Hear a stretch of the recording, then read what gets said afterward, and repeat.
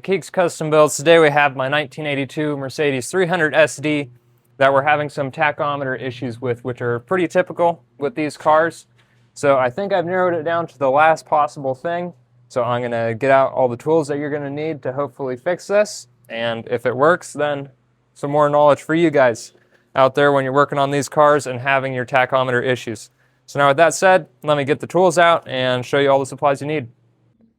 So now for the supplies that you're going to need, these are some crimpers here. Here's the part number on them. See right there. So if you're looking for those, got these wire strippers, which work really well for stripping the outer sheaths on these wires. And you're also going to need your typical wire strippers. Also, I went and got these connectors right here, which are, you could say, fairly fancy, and you don't really need. It just makes it a whole lot nicer to plug these in. It keeps the joints waterproof and just makes it all look a whole lot better.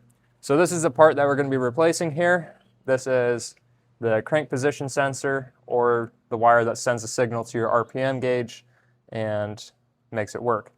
So let me show you. Oh, actually we need an 8mm wrench. That's what you're going to need to get it off of there.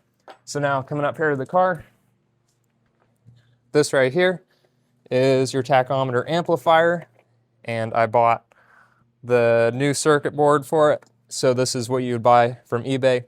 I believe he still sells them. It was pretty pricey, but I put it on there and it told me with the signal from the flashing light that there was an issue with the tachometer sensor down there, or the crank position sensor. And I checked all the other wires all the way up through the car, all the way to the dash. I pulled the gauge cluster out, checked everything. All the wires are perfect, which leaves one last problem, which is the crankshaft position sensor. So that's what we're going to be replacing today. It is a major pain to get at, as if I'm not even sure if you're going to be able to see it, but it's way down in there. It's right there at the tip of my finger. It's really annoying to get to, but the only way to get it off is that wrench. So with that, I'm going to get started and hopefully get you guys a little bit of a better view. Oh, there you go. It's a pretty good view of it right there. It's that guy there, and then the nut is right there on the back. So I'm going to go ahead, get the wrench on there so that you guys can see what it looks like. So basically, just come through this hole there. I'm not sure if you're going to really be able to see this, but the tip of the wrench down there is on the nut, so you're just going to have to break it loose and very slowly work it off. That's why you probably want a 12-point end on your wrench like that. So now I'm going to go ahead and work that nut off there. Once you get it broke loose, you can see the black socket I've stuck over it right there in the center of the screen. Luckily, this stuff stays fairly loose as there's a lot of oil going on in there. So once you get it broken loose, there you go, you can see that pretty well now. So once you get it broken loose, you can stick a socket on there just like that, and then twist it off by hand. You just have to reach all the way down in there and work at it until eventually it goes, and you have to be careful not to snap this guy off right here, because if you do, you're not going to be able to find another one, and if that wasn't the issue, then you're going to have a second broken one on your hands, and that's not going to be any good. Alright, so this is a nut right here. It's a pain. Make sure not to lose it, because if you do lose it, I don't even know where you'd find one. So now that that's out, come over here, look straight down from the top. I don't know if you're going to be able to see it, because I'm not able to see it either. But down in there somewhere. Oh, there you go. You can see I got it off. That's it right there, and it goes into that spot. So once you get it out, you can just pull it through here. Be really careful, because those wires are really, really brittle.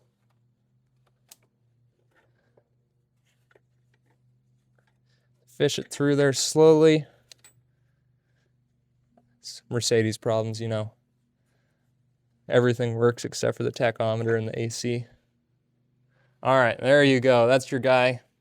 I'm fairly certain that the reason it broke is because this crack right here around the edge that you can see started to open up like that, and that probably let it rust out on the inside or corrode, or something happened to it that caused it to fail.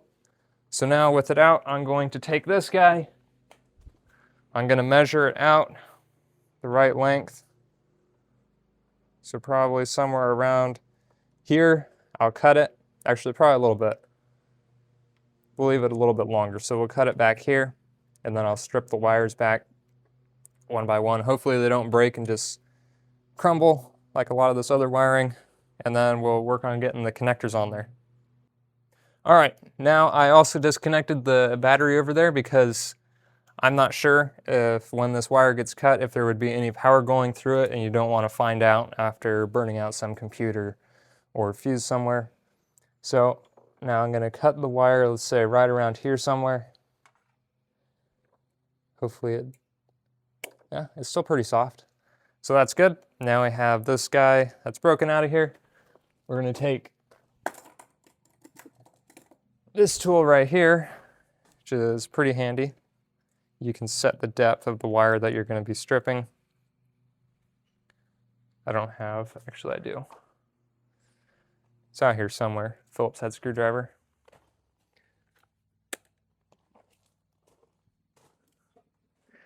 Not findable.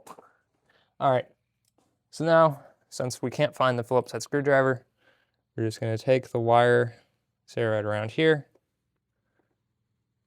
go around it until eventually it's cut all the way through. You don't want to go too far, because once you do it, there's no going back. All right, so now I have somewhat better light, and I got next to power, which I needed to run the heat gun to put some heat shrink on these guys. So this one right here is the ground wire, I'm assuming. It was completely bare and went around this wire, or these two somewhat, under the sheeting. So now that has a wire shield on it, so it doesn't break off or get strung up into these connectors. Same on this guy right here. I really hope that this is not an issue. If it is, I guess this is going to be a lesson in what not to do. But I really think this is going to work out because there are 3 wires that go up inside of this, and you can see that there are 3 wires here, which means logically they somewhat or somehow separate this wire from these guys when it's wrapped around this and ends up as one connector in there. So that's what it looks like. I'm going to get these connectors here, find the male and the female, and we're going to put them together. So hopefully this works, fingers crossed. Now it's another day and I have this wired up. I had to stop last night because I couldn't see anymore what I was doing. So have this plug wired in, have the sensor plug wired up. So now what we're going to be doing is reinstalling it right down there. You can see where the nut's supposed to go. So I actually did lose the nut, and I know where to get a new one. So these guys right here are the exact same as what hold on your glow plug wires. So if you need to find another one, you can just get a spare glow plug and then match it up at a hardware store and find another nut, or just get a new glow plug nut, which I'm sure would be pretty expensive. But anyway, it's back in there. I just need to bolt it back in. So time to get dirty. All right, everybody, I got tired of messing with that nut in there, so I decided to make a custom tool. I recommend not doing this to your dad's favorite set of wrenches, but this is just a cheap Chinese wrench. And you can see I carved it out like that and made it super thin wall, and also made a notch in it right there, which I'll show you, which allows it to get onto the nut all the way over here, and then you can turn it. I've already tightened it up, but then you can turn it all the way back, or you can go from here all the way to here, which makes it so much sinking easier. I wish I would have done this from the beginning, but that's an easy way to do it. Now it's tightened up and on there all the way. So I'm gonna plug this in, and then for the moment of truth, we'll see if this actually fixes it. All right, so before you go ahead and start up your engine after getting that sensor replaced, you're gonna wanna check, come over here. There's a little pin that sticks out of the harmonic balancer. You're going to want to make sure to check against it, and also the bottom of your sensor to make sure they don't collide, because if they do collide in there, it's going to rip off that bracket and possibly damage your engine. So you don't want to do that. So now that I have it measured out, it needs to be 40 thousandths clearance, which also is about the same depth or thickness as a credit card. So if you have an old one of those, cut it up and measure it with that. So now that I have it set up, you have to also turn the engine over to line the pin up. So you can just go off of this power steering nut, which is a 22 millimeter. If it is insanely tight, you don't need to really crank on it, because that means you'll just over tighten this and you won't be able to get it off. You'll have to fit a 27 millimeter over the crankshaft bolt down there,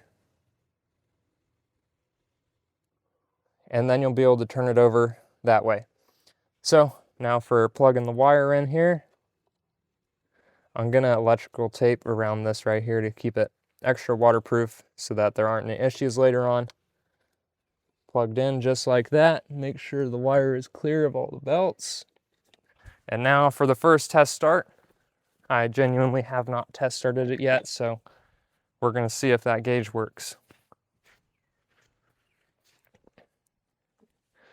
All right, now coming over here.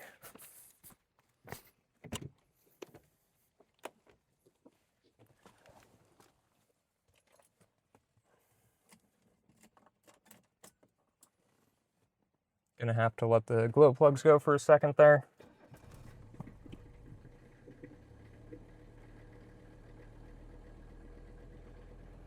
We do have a reading.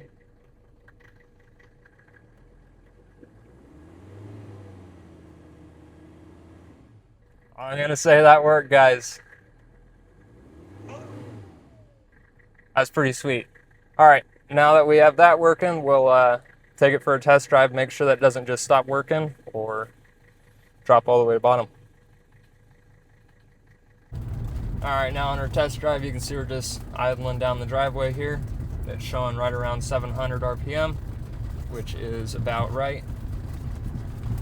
So we'll see here in a second once we get onto the road whether it actually goes to 3,000 or 4,000, or if the shift points are even correct. All right, we're fixing to pull out here on the road, and hopefully it shifts down in reverse gear.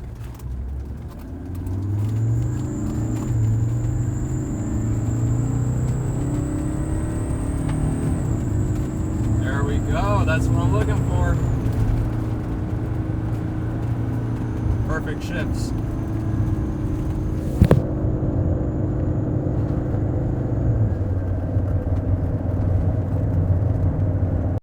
Now after doing that test drive, I noticed a few actually super cool things going on with this car. So usually the AC doesn't work at all, and now it works with the RPM gauge. So what I'm thinking is that possibly they might be attached and the engine will think that the engine's off and then won't run the AC when the tachometer isn't working. Also, I noticed that it started downshifting. Usually you have to manually downshift, or it stays into fourth gear at around 20 miles an hour. So then it has to downshift or it will stall out. Other than that, nothing else really major has happened. All the shift points are correct. Everything is working as it should, and now better than before. Here's a few of the things that I've designed. I built this elbow right here, Mooneyham Racing Development elbow. You can follow the page on Facebook. It's just called Mooneyham Racing Development. And this doesn't really serve any performance benefit. It's just to get stuff out of the way so I could measure for what you guys are about to see in the barn, which is some really cool high performance stuff that you guys may want on your car in the future or one of your swaps. So I'm looking to hopefully make this 617 Industry high powered, maybe 600, 700 plus horsepower, just like the 606s, but of course that'd be a little bit more difficult due to engine design and the lack of exhaust valves. Anyway, with that said, let's head into the barn where you can see some of the stuff I've been working on. All right, now that we're inside of the barn here, you can see this item that I've been working on. It's going to be part of a kit. I can't really tell you too much about it because I don't want to possibly let my ideas out there and then people will steal them. So this is what everybody's already seen on the 617 Tech Help forum. So this is a custom exhaust manifold that I've designed. It's able to support at least 300 horsepower with this turbo, which is what this can do at the max. Possibly more with compounds. So What I'm doing here is a factory upgrade so you can fit an HE221W 7cm² turbo. Now, without saying too much, this setup that I'm building is going to be able to support compound turbos and lots of power, which will be supported by the Doomsday Diesel connecting rods, rings, and hopefully a whole bunch of other stuff that he's working on right now. I would like a partnership with him, but I'm not sure I'd be big enough in the industry to make a real difference. But anyway, this is all I can show you guys for right now because the other stuff is actually behind the camera right now. I moved it all out of the way, so I designed a new exhaust manifold that looks a little bit better than this and performs a little better, and then also a whole bunch of other stuff that I can't get into.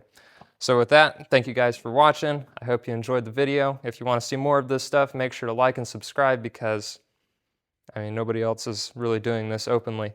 So with that said, thank you guys. Keeg out.